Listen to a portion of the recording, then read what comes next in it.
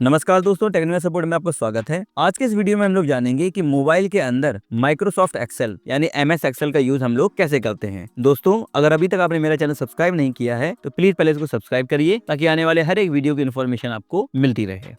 इसके लिए सबसे पहले हम लोगों को प्ले स्टोर में जाना है और यहाँ पर सर्च करना है एक्सेल। आप लोग यहाँ पर देख सकते हैं, यहाँ पर लिखकर आ गया है माइक्रोसॉफ्ट एक्सेल। इसको आपको इंस्टॉल कर लेना है। यहाँ पर मैंने ऑलरेडी इंस्टॉल कर रखा है, तो चलिए इसको ओपन कर लेते हैं। माइक्रोसॉफ्ट एक्सेल को ओपन करने के बाद आपके सामने कुछ इस तरीके का इंटरफेस आ जाएगा। यहाँ पर आप लोग ईमेल एड्रेस या फिर मोबाइल नंबर डालकर साइन इन या फिर साइन अप कर सकते हैं। मेरा ऑलरेडी माइक्रोसॉफ्ट के अंदर अकाउंट बना हुआ है, इसलिए मैं यहाँ पर साइन इन करूंगा। ईमेल एड्रेस और पासवर्ड डालने के बाद आप लोग यहाँ पर नेक्स्ट पर क्लिक करेंगे। यहाँ पर आप लोग डोंट सेंड ऑप्शनल डाटा पर क्लिक करेंगे।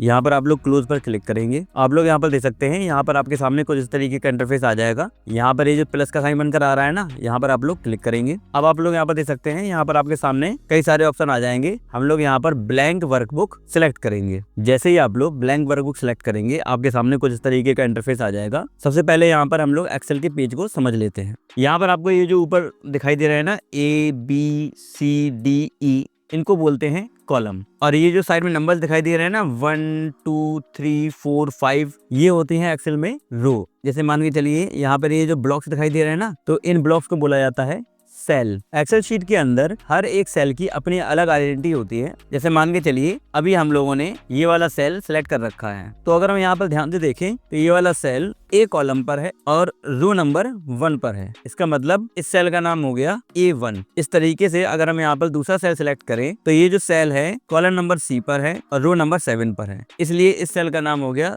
C7। इस तरीके से एक एक्सेल शीट के अंदर मिलियंस ऑफ सेल्स होते हैं। अब अगर हम एक्सेल के अंदर मोबाइल में ऑप्शन की बात करें तो मोबाइल में वो सारे ऑप्शन होते हैं जो लैपटॉप या फिर कंप्यूटर में होते हैं। बस केवल मोबाइल की स्क्रीन छोटी होती है, इसलिए सारे ऑप्शन यहाँ पर हिडन रहते हैं। जैसे मान के चलिए, अगर हमें मेन्यू बार खोलना है तो यहाँ पर ये जो नीचे दिखाई दे रहा है ना, यहाँ पर हम लोग क्लिक करेंगे। आप लोग यहाँ पर देख सकते हैं, यहाँ पर लिखा हुआ है होम, और यहाँ पर होम के सारे ऑप्शन आ गए हैं। इसी तरीके से अगर हम इस पर क्लिक करेंगे तो यहाँ पर आप देख सकते हैं सारे ऑप्शन आ गए हैं, home, insert, draw, formulas, data, review, view.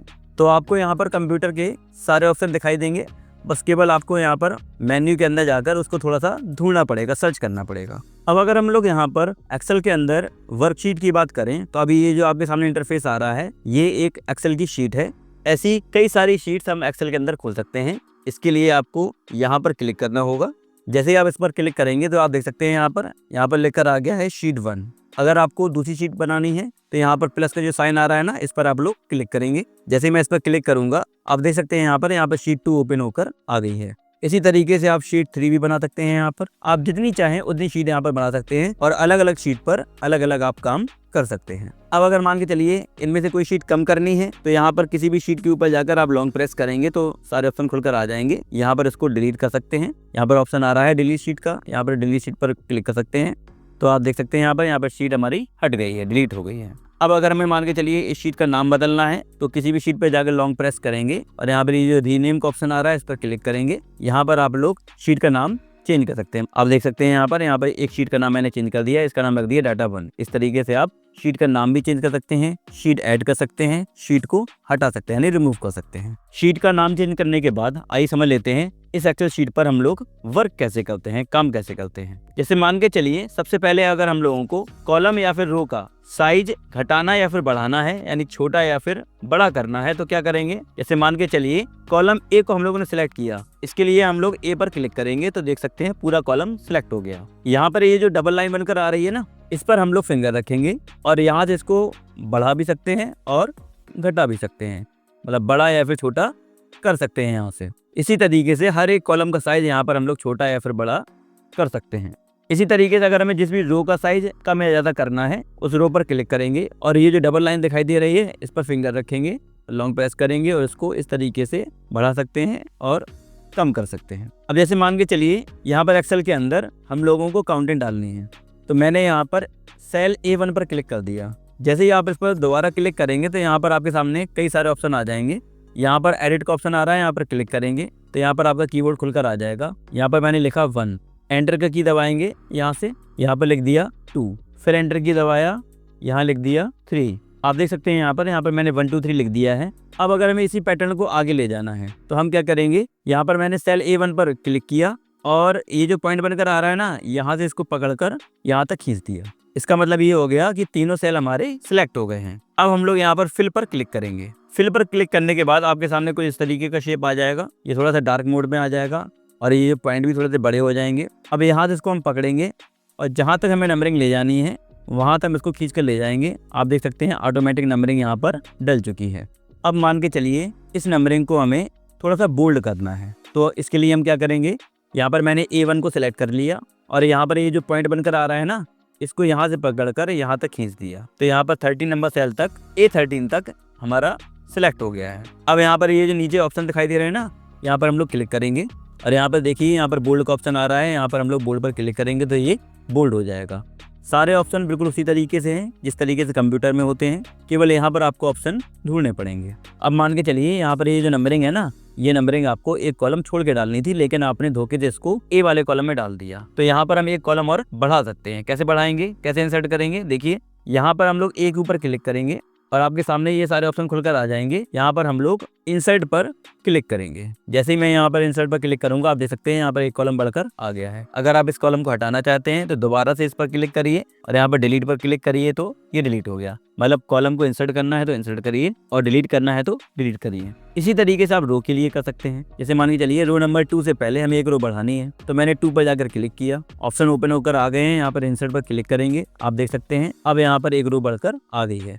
इसी तरीके से अगर हमें इसको हटाना है तो दोबारा से इस पर जाके क्लिक करेंगे और यहाँ पर डिलीट पर क्लिक करेंगे, तो आप देख सकते हैं यहाँ पर हमारी रो हट गई है। तो इस तरीके से आप रो या फिर कॉलम को इंसर्ट कर सकते हैं या फिर डिलीट कर सकते हैं। एक्सेल को आगे समझने के लिए यहाँ पर हम लोग एक और सीक्वेंस बना लेते हैं। जैसे हम लोगों ने यहाँ पर 1 2 3 4 5 6 7 का सीक्वेंस बनाया है, इसी तरीके से B नंबर कॉलम पर एक सीक्वेंस बना लेते हैं। यहाँ पर मैंने क्लिक किया, एडिट पर क्लिक किया। अब यहाँ पर मैं काउंटर डालूंगा 2, एंटर किया, नीचे डाला 4, फिर एंटर किया, नीचे डाला 6। अब मुझे इसी पैटर्न को नीचे तक ले जाना है तो मैं इसको पूरा सिलेक्ट करूंगा, यहाँ पर जाकर फिल पर क्लिक करूंगा और इसको यहाँ से पकड़कर नीचे खींच दूंगा। तो आप देख सकते हैं यहाँ पर ये हमारा पूरा सीक्वेंस आ गया है। अब इस सीक्वेंस को हम थोड़ा सा बोल्ड कर लेते हैं ताकि आपको दिखने लगे। फॉन्ट का साइज बढ़ा लेते हैं।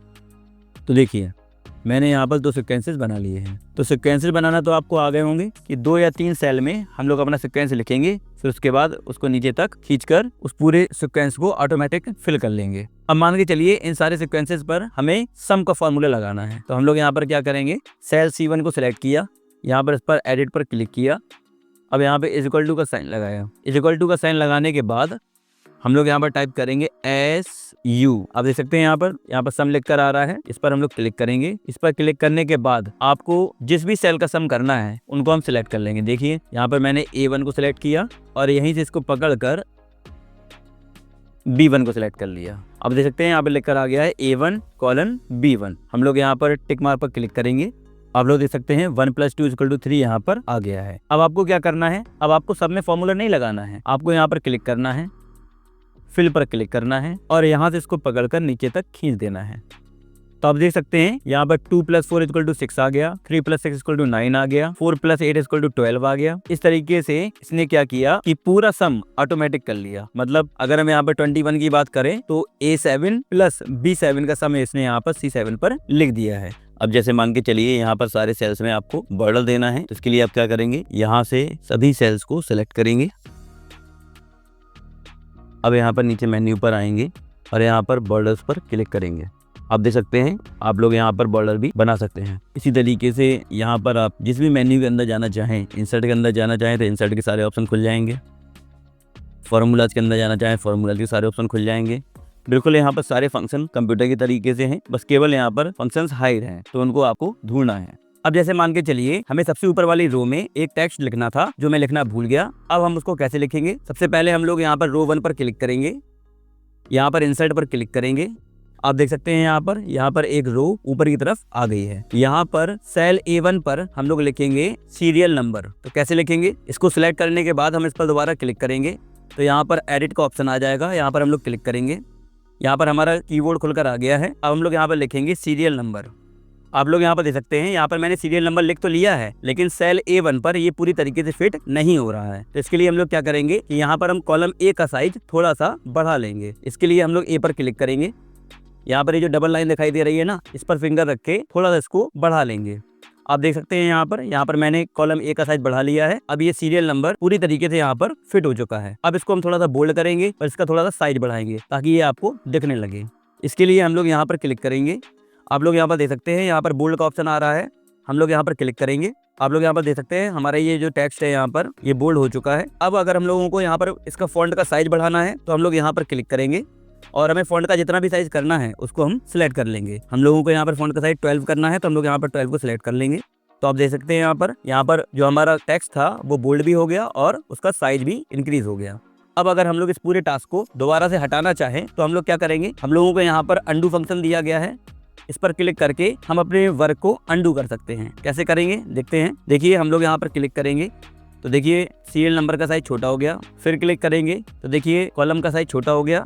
इसी तरीके से बार बार क्लिक करके हम लोगों ने अपने पूरे कार्य को अंडू कर दिया। अब मान के चलिए यहाँ पर एक्सेल के अंदर हमें इस डाटा को सेव करना है। तो इस डाटा को सेव कैसे करेंगे, यहाँ पर ये जो 3 डॉट दिखाई दे रही हैं यहाँ पर हम लोग क्लिक करेंगे। आप लोग देख सकते हैं यहाँ पर ऑप्शन आ रहा है सेव एज का। तो हम लोग सेव एज पर क्लिक करेंगे। जैसे ही हम लोग सेव एज पर क्लिक करेंगे आपके सामने यहाँ पर कई सारे ऑप्शन ओपन होकर आ जाएंगे। हम लोग यहाँ पर इसको इस डिवाइस के अंदर सेव करेंगे, इसलिए हम लोग यहाँ पर दिस डिवाइस के अंदर क्लिक करेंगे। आपसे पूछ रहा है कहाँ पर आपको सेव करना है, तो हम लोग यहाँ पर इसको डॉक्यूमेंट के अंदर सेव कर लेंगे या फिर स्टोरेज के अंदर सेव कर लेंगे। आप लोग यहाँ पर इसको नाम दे सकते हैं। यहाँ पर नीचे से मैंने इसको नाम दे दिया एक्सेल 1 और यहाँ पर सेव पर क्लिक कर दिया। तो आप देख सकते हैं यहाँ पर हमारा डाटा सेव हो गया है। अब जब भी आप लोग एक्सेल की ऐप को ओपन करेंगे तो आप लोग यहाँ पर देख सकते हैं यहाँ पर आपका एक्सेल 1 के नाम से डाटा आ रहा है। यहाँ पर जैसे ही आप लोग क्लिक करेंगे तो आपकी वही शीट ओपन होकर आ जाएगी। अभी तो मोबाइल के अंदर एक्सेल के लिए ये इंट्रोडक्शन वीडियो है। आगे की वीडियो में हम लोग एक्सेल को और भी एडवांस तरीके से समझेंगे। अगर ये वीडियो आपको पसंद आया हो तो प्लीज जल्दी से वीडियो को लाइक करिए, शेयर करिए और हाँ, चैनल को सब्सक्राइब जरूर करिए, क्योंकि मैं यहाँ पर एक्सेल के सारे वीडियो लेकर आने वाला हूँ और मोबाइल के अंदर बहुत अच्छे से हम लोग यहाँ पर पूरी एक्सेल सीखेंगे। Thank you.